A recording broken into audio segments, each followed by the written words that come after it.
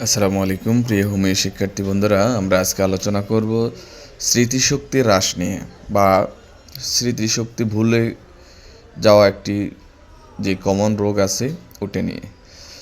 স্মরণশক্তি কম হওয়া একটি বিরক্তিকর ব্যাধি। স্কুলের ছেলে মেয়েদের মাঝে মাঝে এই রোগ দেখা দেয়, তবে বৃদ্ধ বয়সে এই রোগের প্রাদুর্ভাব অনেক বেশি হয়।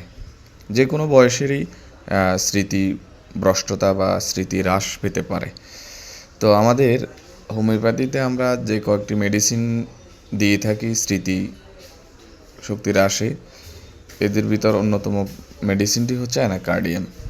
অ্যানাকার্ডিয়ামের লক্ষণ হচ্ছে স্কুল বা কলেজের ছাত্রছাত্রীদের স্মরণশক্তি কমে যাওয়া, বা অনেক সময় পরীক্ষার আগে দিই যদি আমরা অ্যানাকার্ডিয়াম 30 শক্তি সকাল বিকাল দুবার করে দিতে পারি, তাহলে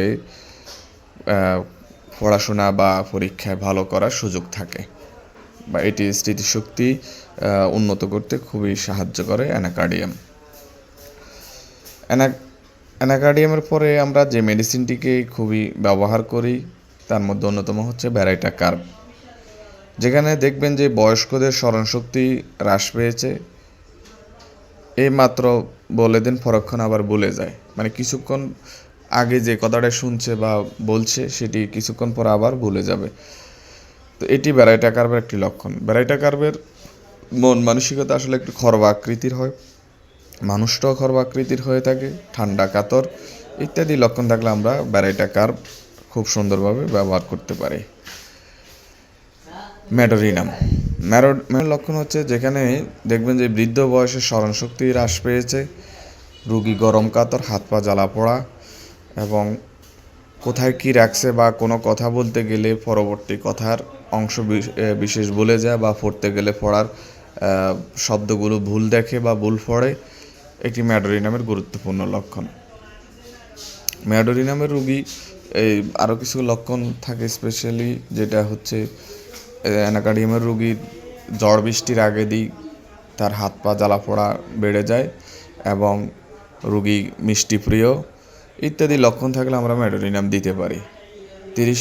200 শক্তি থেকে শুরু করাই উত্তম। ম্যাডোরিনাম 200 শক্তি দিনে 2 বার করে দেওয়া যেতে পারে, পরবর্তীতে 1M শক্তি সপ্তাহে 1 বার করে দেওয়া যেতে পারে। ক্লোরাল মেডিসিনটি একটি স্বল্প ব্যবহৃত মেডিসিন।